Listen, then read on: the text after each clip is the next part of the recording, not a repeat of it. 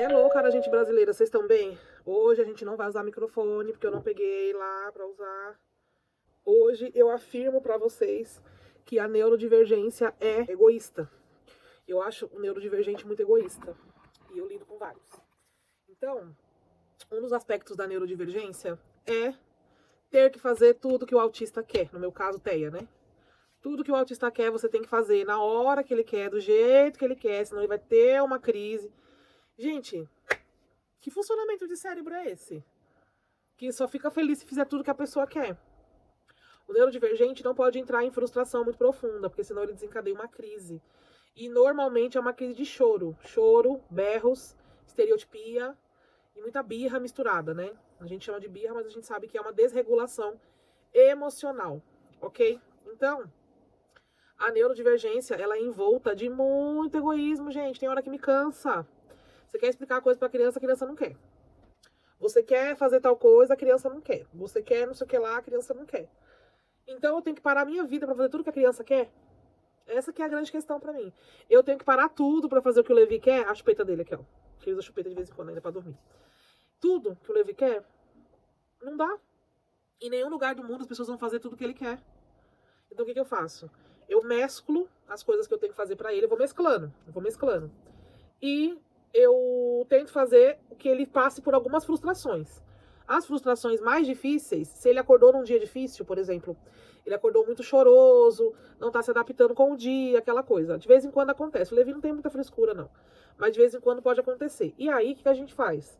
Eu observo e aí eu falo pro João, né? Eu falo, ó, amor, hoje o Levi não parece estar muito bem. Então vamos deixar ele um pouco quietinho, sem ficar falando muita coisa na orelha dele, pra ele não se sentir mal, não se sentir pior do que ele já tá. Porque daí pode desencadear uma crise de choro primeiro e depois desencadeia a crise, certo? Que é esse choro que dura mais ou menos uns 40 minutos seguidos, 40 minutos a uma hora. Então, tudo bem, a gente não quer ouvir choro, beleza, mas tem coisa que não dá pra você ficar amaciando. Por quê? Porque o mundo não é macio, né? O mundo não vai fazer pro Levi tudo que ele quer, entendeu? Então não adianta eu ficar desenhando pra ele o mundo de Bob, sendo que o mundo lá fora não é inclusivo, as pessoas são capacitistas. Esses tempos eu ouvi o professor falar assim, é porque o aluno fulano de tal estava atacado. Aí eu fiquei pensando, atacado? O que ele quis dizer? Isso dentro da escola, hein? Na sala dos professores. O que ele quis dizer com atacado? Aí eu peguei e falei pra ele assim, olha, a gente não usa o termo atacado para neurodivergente, a gente usa o termo desregulado. As pessoas amam o autismo quando não é na casa delas, né? Aí elas ficam, ai, eu quero fazer uma faculdade sobre isso. Ai, eu acho que as pessoas autistas tinham que ter mais isso, mais aquilo, tinha que ter mais atenção, tinha que ter. Porque não é na sua casa, porque não é com você. Entendeu? Por mais que a vida de um autista nível 2 tá controlado, faz terapia, tudo certinho, não seja uma vida tão difícil, porque a gente tem muito acesso às coisas, à terapia e tudo mais, não é a vida mais fácil do mundo. Então você tem que estar o tempo todo explicando para a criança o porquê ela não pode fazer tudo o que ela quer na hora que ela quer. Claro que todas as crianças são assim, tá? Não é só porque é autista ou coisa do tipo. Todas as crianças são assim. Porém, entretanto, todavia, a criança autista ela desenvolve um pouco mais uma rigidez cognitiva, que é a falta de aceitação com a palavra não. Você não pode falar não para criança neuroatípica, porque ela se joga, ela chora, ela quer te bater, ela te empurra, não sei o quê. Então, hoje, mesmo com tudo tão controlado do Levi, eu ainda fico pensando, eu falo, gente, mas o mundo não vai fazer as coisas que ele quer. O mundo é capacitista, as pessoas são ignorantes. Não dá pra eu fazer tudo o que ele quer só pra ele não chorar. Então tem dias que eu sei que ele tá melhorzinho, que ele tá na sem vergonhice, eu dou uns nãos pra ele, dou uns freios. E tem dia que eu sei que ele tá um pouco mais sensível com as coisas, não acordou muito bem, talvez não tenha tido uma noite boa, a gente dorme sempre junto, mas às vezes não acordou legal, todo mundo tem dia que não acorda bem. Aí eu vou e solta um pouco a rédea. Então fica aquele negócio meio morde a sopra, mas mesmo assim é uma dificuldade. O mundo não vai fazer tudo que um atípico quer, gente. Não é que todo dia o seu chefe vai deixar você em paz porque você é neuroatípico. Não é que todo dia as pessoas vão super te respeitar porque você é neuroatípico. Claro que não.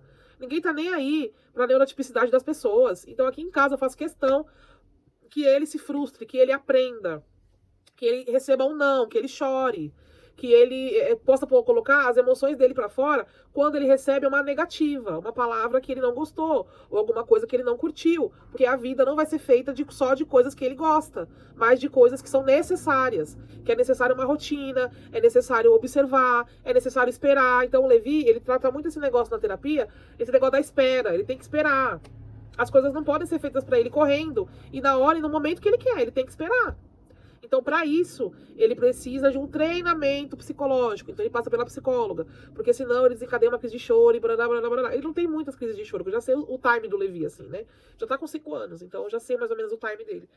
Mas, mesmo assim, não dá pra fazer todas as vontades dele, porque o mundo não gira em torno dele. Então, a neurotipicidade, sim, é uma questão do autismo, pelo menos no meu caso, que é o caso do meu filho aqui. É o egoísmo. É tudo na hora que ele quer, do jeito que ele quer, da forma que ele quer, no momento que ele quer. E não dá. Não dá pra ser assim. Na escola não é assim. Na vida não é assim. No trabalho não é assim. Não é assim. Você tem que se adaptar. Então tem muita coisa que a gente deixa de fazer pro neuroatípico com medo da crise. Ah, ele vai ter crise. Ah, ele vai chorar. Ah, não vai dar certo. Ah, nós precisamos ser mais flexíveis com ele. Às vezes sim, às vezes não. Depende do dia. Se ele acordou bem, beleza, segura mais. Se ele não acordou legal, solta um pouco mais. Só que ele não pode esquecer que a casa tem regras, que a vida tem regras, que o mundo tem regras. E eu não sou a lei de puritana, eu não sou Deus, Pátria, Família, eu não sou a pessoa das regras. Só que eu estou educando um ser humano. E para educar um ser humano, você precisa ter paciência, você precisa ter disciplina, entendeu? Então, às vezes, é os pais que não têm a disciplina de ensinar o filho. Às vezes, é a mãe que não tem força suficiente para enfrentar uma crise de choro. É o pai que não tem força suficiente para enfrentar uma crise de birra. Porque quer deixar a criança fazer o que ela quer só para não ter uma crise. Então, tudo bem. Ah, eu não quero que ele tenha crise porque eu não gosto de criança chorando. Gente, ninguém gosta de criança chorando. Ninguém gosta. Quem que gosta? Ai, não, por mim pode chorar que tudo bem. Depende do dia, mas tem hora que me incomoda. Me incomoda. Incomoda todo mundo, gente. Não existe uma criança que fique chorando o tempo todo, que as pessoas não se incomodem. Eu vejo isso na escola, por exemplo. Na escola, nós temos os autistas, né? Fazer você mais pra cá. Nós temos vários autistas na escola. E eles são chorões. Eles choram. Porque tem a frustração. Tem um autista lá, eu não sei se é autismo, não. Acho que é deficiência intelectual. Que é diferente. Ele quer que faça tudo na hora que ele quer. Se ele quer, ele cismou que ele quer que você abra isso daqui pra ele, que é uma ampola de soro. Você tem que abrir, senão ele vai chorar, ele vai se jogar, ele vai espernear, ele vai gritar. E tem dia que as professoras não vão ceder. Elas vão falar, não, não vamos abrir. Não, não vamos fazer. E vai ter que aguentar o choro de 7 horas da manhã até 11h50, vai ter que aguentar, mas não vai abrir as pernas. Vai ter que esperar. Então, eu acho que a neurotipicidade, ela é sim muito egoísta. É muito, muito, muito, muito egoísta. E eu acho que existe uma rigidez para se adaptar, uma rigidez para entender as coisas. E mesmo assim a gente não pode desistir. Nós precisamos conversar, nós precisamos fazê-los entender, nós precisamos ir atrás, precisamos não soltar as rédeas, porque senão nós não conseguimos, senão nós não chegamos lá. O que é chegar lá no autismo? É explicar para essa criança que o mundo não gira em torno do que ela quer. É explicar para essa criança que existem 1 milhão de outras pessoas que estão existindo no mesmo ambiente que ela e que estão incomodadas. Às vezes o Levi quer assistir televisão no último volume, quer celular no último volume, porque ele quer, mas não, gente, ele não tem que querer nada. Ele é só um inquilino, eu também sou uma inquilina aqui nessa terra. Então, o que a gente tem que fazer? Aprender a viver. Autista não sabe viver em sociedade. Nós temos que ensinar. Então, o autista é muito egoísta, é na hora que ele quer. Você fala assim, por exemplo, antigamente o Levi tinha um negócio com tomar banho. Cada época ele tem um problema diferente de rigidez cognitiva, né? E ele não queria tomar banho de jeito nenhum. E o João tem essa mania. Chegava, já tirava a roupa, já botava o moleque no chuveiro. E às vezes ele ficava em crise. E eu, pra evitar as crises, eu comecei a fazer o quê? Tirava a roupa dele, esperava ele se adaptar com a temperatura do ambiente, tipo uns 10 minutos, 15 minutos, com a roupa pelado. E depois eu trazia ele pro chuveiro. E aí ele não chorava, porque tinha uma previsibilidade das coisas que iam acontecer. Ele não queria parar na hora de assistir o desenho, na hora de fazer alguma coisa pra tomar banho. Então, quer dizer, eu no meu mundo adulto, eu tenho que esperar o tempo da criança pra eu botar a criança no chuveiro. É bom e é ruim. É bom porque eu tô entendendo o que ele precisa e tô respeitando o lado dele. Mas é ruim porque aqui fora ninguém faz isso. O mundo não faz isso. Ninguém espera um autista querer alguma coisa.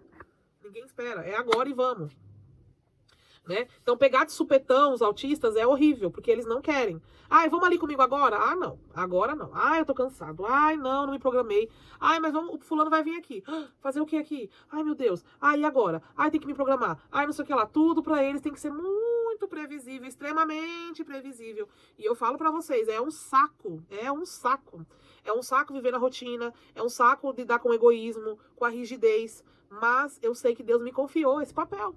E eu tô executando esse papel da melhor forma que eu posso, educando, falando, brigando, cedendo muito às vezes, que eu não quero ceder, né? Às vezes você não quer ceder. Você quer bater o pé até o final com a criança ou com a pessoa que é adulta, que é autista. Mas você não consegue, você tem que ceder. Então, ceder, o que vai acontecer? Vai baixar o seu ego, né? E tem que baixar. Então, quer dizer, eu recebi como é que fala? Essa missão, que eu não encaro como uma missão, mas é um trabalho de mãe que eu tenho feito, de cuidar de uma criança neurotípica, de cuidar do meu filho, né? Que é um autista de nível 2. Mas eu tenho feito da melhor forma, educando, conversando, se precisar eu mostro o chinelo, eu já não sou de bater, mas eu mostro o chinelo pra ele, eu falo, eu educo, eu vou pra cima, no sentido assim, de educar, de falar, de explicar. Mas, por exemplo, o autista, ele não entende comandos muito longos. Você precisa ir levar o lixo lá embaixo, depois mercado, nananã. Não dá. Você precisa tomar banho agora porque você está sujo e não pode ficar sujo, não. É banho! Eu falo pra ele, banho. Tira a roupa, eu falo, banho. Ele começa a mexer uma coisa que não pode, falar, não, não pode, sai daí. Não dá pra você ficar fazendo frases longas. Ele não vai compreender. Tem que ser, ó, comandos rápidos. Mas, sim, o autismo é cheio de egoísmo e a gente tem que aprender a lidar. Não é fácil, é chato, é rotineiro. Tem hora que você quer desistir, tipo assim, ai, tá, deixa. Tem hora que eu deixo mesmo, falo, ai, tá bom, é isso aí, deixa ele fazer o que ele quiser. Mas aos poucos a gente vai se adaptando. Não existe vida perfeita, todo mundo está aprendendo a viver, todo mundo está tentando. Eu e você somos tentantes de viver essa vida. Eu nunca fui mãe de autista a primeira vez. Você nunca nasceu, é a primeira vez. Então, nós precisamos nos ajudar, tá certo? Esse é um relato de uma mãezinha cansada, mãe de autista. A autista é muito egoístinha pro meu gosto, mas fazer o quê? A gente vai, né? Beijo pra vocês.